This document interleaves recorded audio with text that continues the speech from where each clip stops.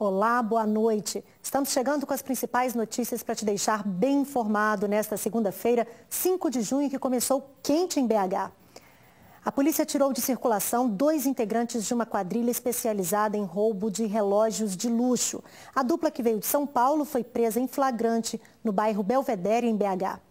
A vítima chega a um estacionamento no bairro Santo Agostinho em um carro blindado. Um dos bandidos entra, o outro espera do outro lado da rua. Segundo a polícia, no interior do prédio, o homem abordou a vítima e levou um relógio. Ainda de acordo com a polícia, este foi um de pelo menos 13 assaltos cometidos por integrantes de uma quadrilha vindos do interior de São Paulo. Eles estavam atuando na região centro-sul de Belo Horizonte, no entorno da Avenida Raja Gabalha, desde o limite com Nova Lima até a região da Assembleia. O foco do grupo eram relógios da marca Rolex. Nos chamou a atenção essa capacidade que eles têm de poder distinguir uma réplica de um relógio original e até mesmo de uma outra marca nesse curto intervalo de tempo. E uma das vítimas nos informou que o relógio dela custava R$48 mil e a outra vítima disse que o relógio custava R$120 mil.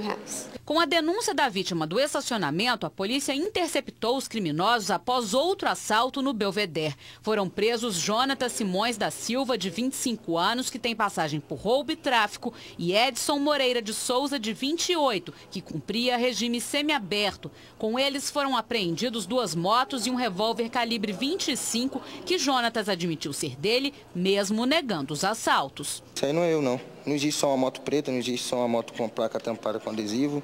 Passear, não posso passear, um cidadão não pode passear no Brasil. A arma de fogo estava debaixo do banco da minha moto.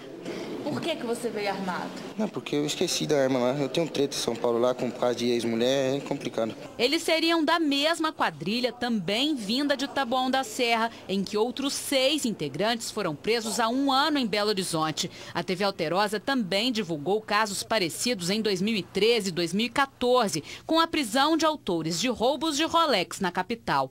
Desta vez, um terceiro suspeito que estaria com os relógios roubados é procurado. Apenas 3 vítimas haviam registrado o boletim de ocorrência. Geralmente com 2 a 3 motos.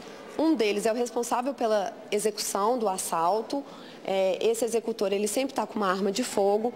Um segundo comparsa fica fazendo a guarda desse primeiro elemento, e o terceiro é o responsável por recolher o relógio e evadir do local caso haja uma abordagem policial.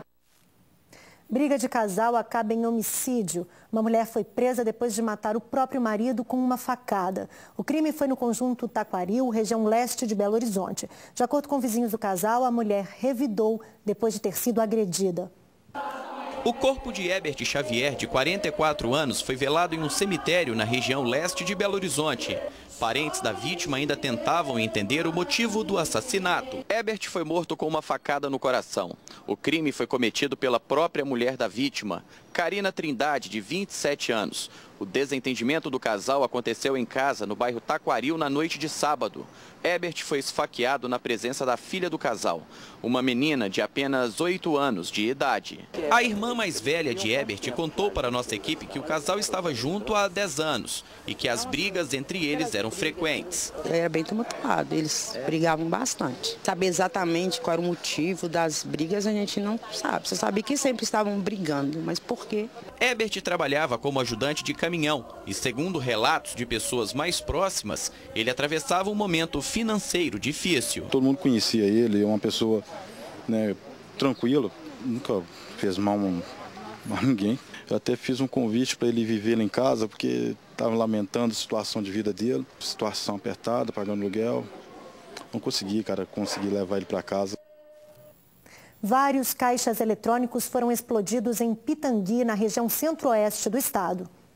Nessas imagens, os bandidos aparecem chegando em um Gol branco. Os 5 estão encapuzados e fortemente armados. 3 deles vão em direção à agência da Caixa Econômica e os outros 2 ficam vigiando a rua.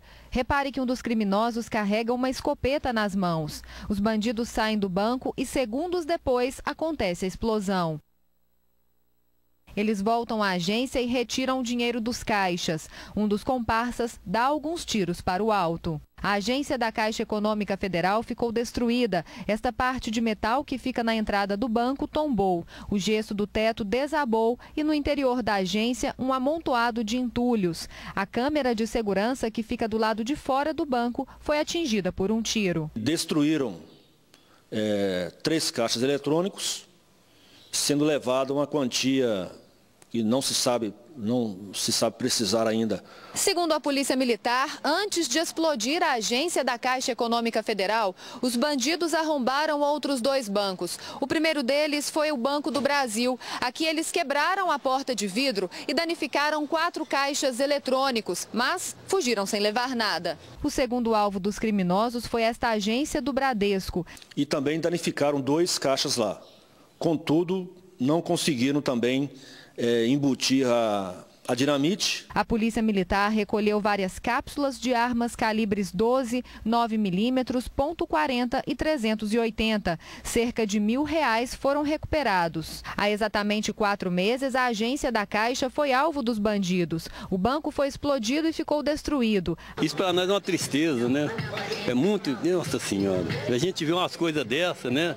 É muito difícil. Moro longe daqui, escutei os tiros, escutei o barulho. O jeito que a Polícia Militar anda armada, o jeito que a arma desse povo, não dá conta de enfrentar eles, não.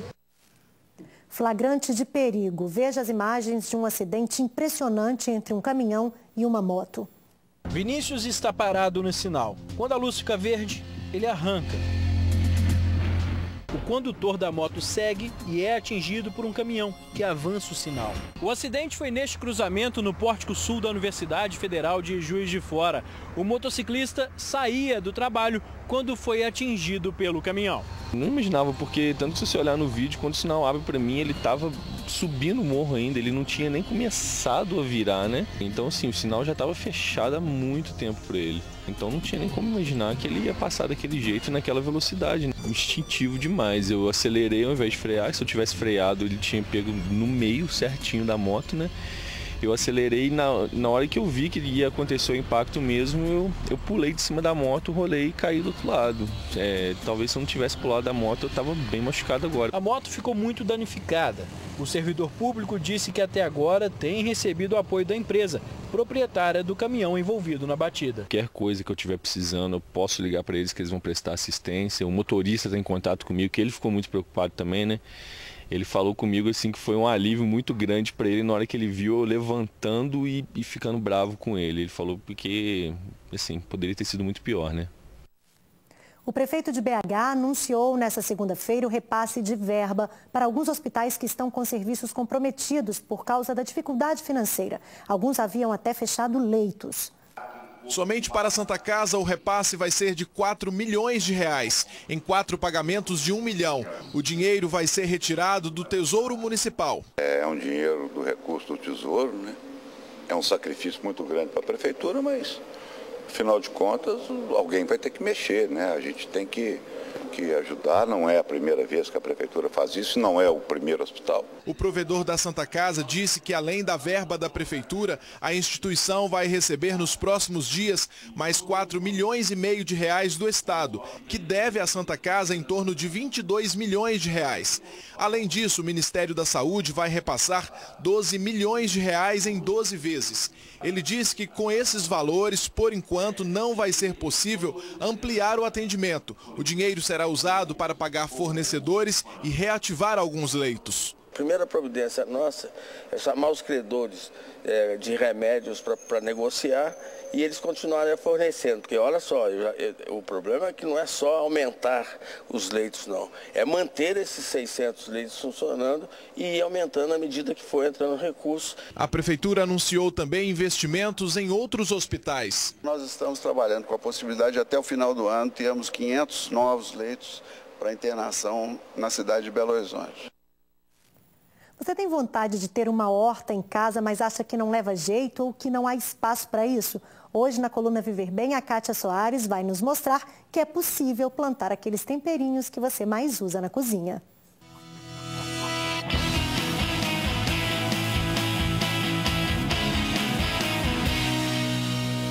basta qualquer espaço, na janela da cozinha, numa varanda, no quintal de casa ou na janela do quarto mesmo.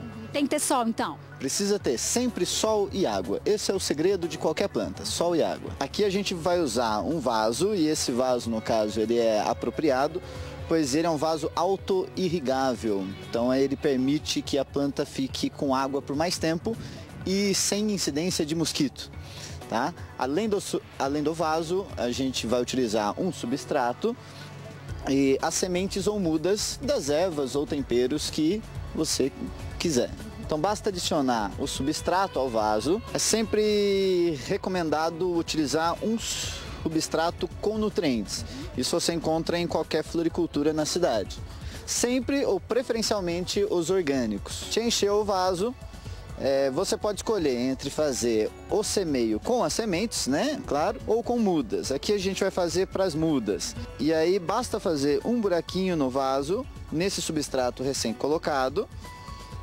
Inserir, essa é uma mudinha de hortelã, muito utilizada em casa, nesse buraquinho. Com as duas mãos, é recomendado envolver de terra e dar uma leve pressionada. Ela vai estar plantada. A mesma coisa para o manjericão, o basílico no caso, e a salsinha, outro dos temperos mais utilizados no Brasil. Em quanto tempo eu vou ter um tempero para utilizar na minha cozinha? Se você tirar folhinhas dele, ele vai durar por meses na sua casa. Sempre precisa ter cuidado, cuidado e luz do sol. E sempre água. Então aqui a gente vai mostrar a irrigação. Sempre um pouquinho no pé da planta. E para quem tem esse vasinho em casa, basta tirar a tampinha e colocar água dentro do vasinho. A planta vai absorver de baixo para cima. Obrigada pelas informações e dicas como essa você tem no site viverbematé100.com. Hoje é um ótimo dia para você decidir implementar ideias como esta que acabou de ver. Nessa segunda, comemora-se o Dia do Meio Ambiente e algumas escolas da capital aproveitaram a data para incentivar as boas práticas de preservação da natureza. Crianças que aprendem cedo os cuidados que devemos ter e que hoje fizeram questão de compartilhar com quem ainda não se conscientizou.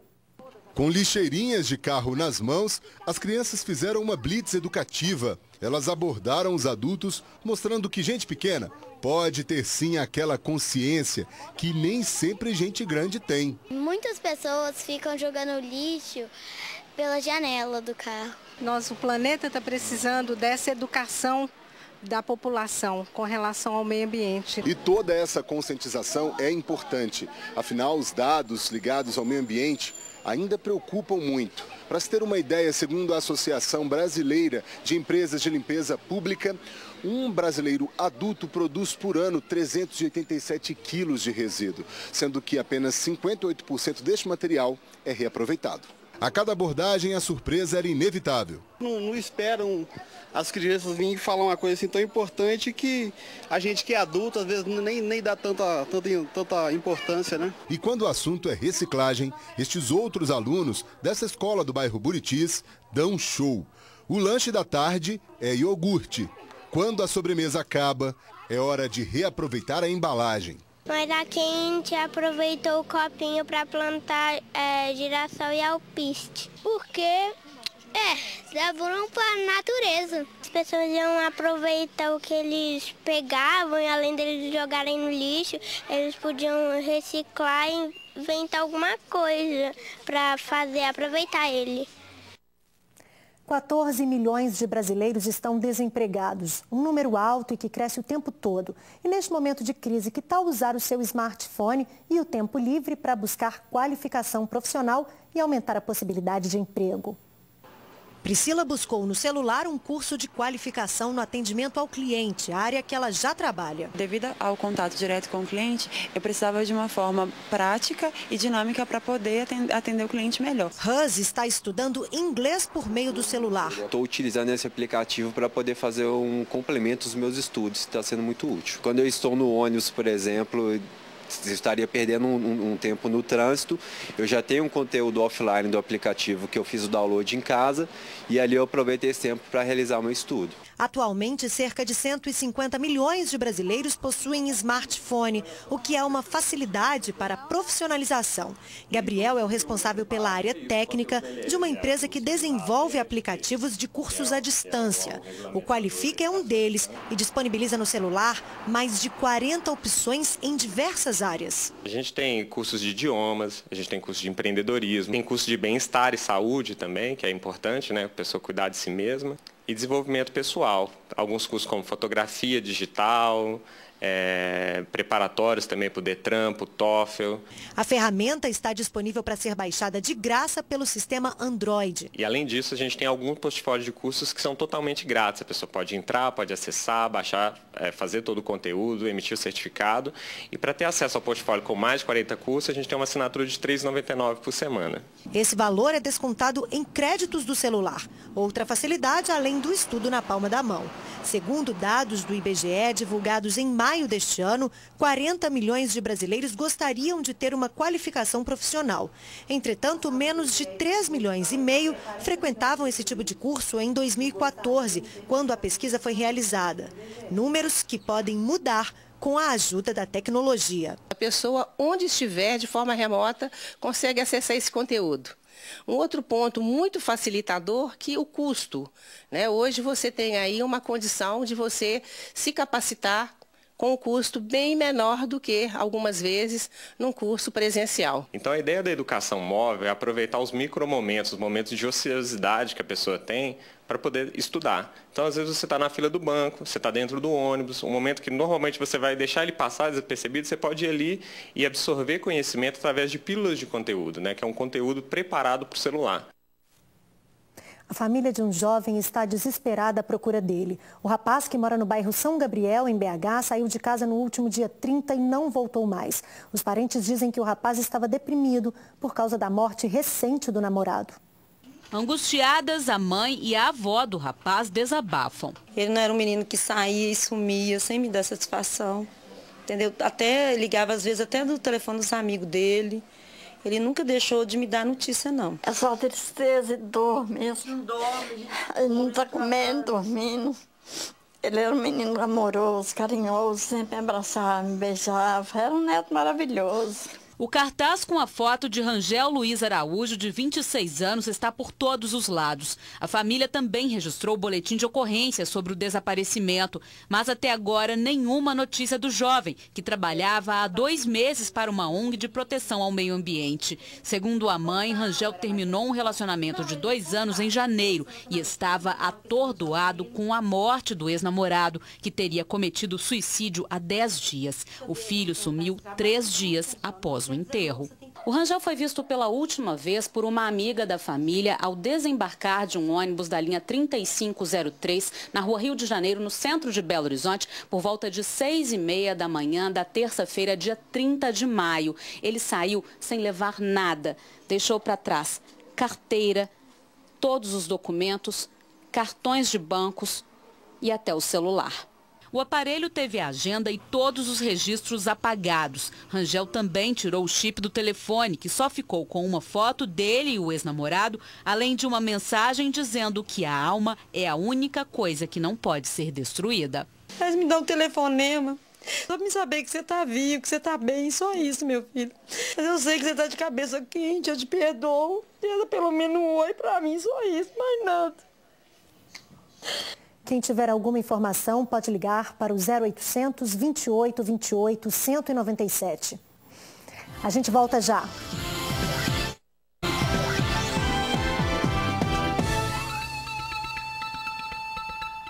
Alunos de um colégio particular de BH tiveram uma aula diferente de solidariedade. Tudo isso para ajudar a dona Vera, uma senhora que há 37 anos trabalha como cuidadora de crianças e que hoje, mesmo com muita dificuldade, mantém uma creche. Eu estive lá e conferi. Mesmo sem muita estrutura, a casa já recebe 75 crianças. Meu sonho é chegar no 100, tenho uma lista de espera aí de mais de 30 crianças esperando uma vaga, só que ainda não tenho espaço ainda para essas restantes dessas crianças. Para mudar a realidade da creche, uma ajuda veio em ótima hora. Alunos de um colégio particular de Belo Horizonte saíram da sala de aula e vieram aprender e ensinar de uma forma diferente, com a mão na massa. Não só aprender conteúdos, mas assim, pôr em prática nosso lado humano mesmo. E aí isso é muito importante para a gente se desenvolver como pessoa mesmo, sabe? A gente tem que sonhar, né? Mas para o sonho realizado, você tem que ter anjo aqui. Aqui eu tenho um, Deus mandou.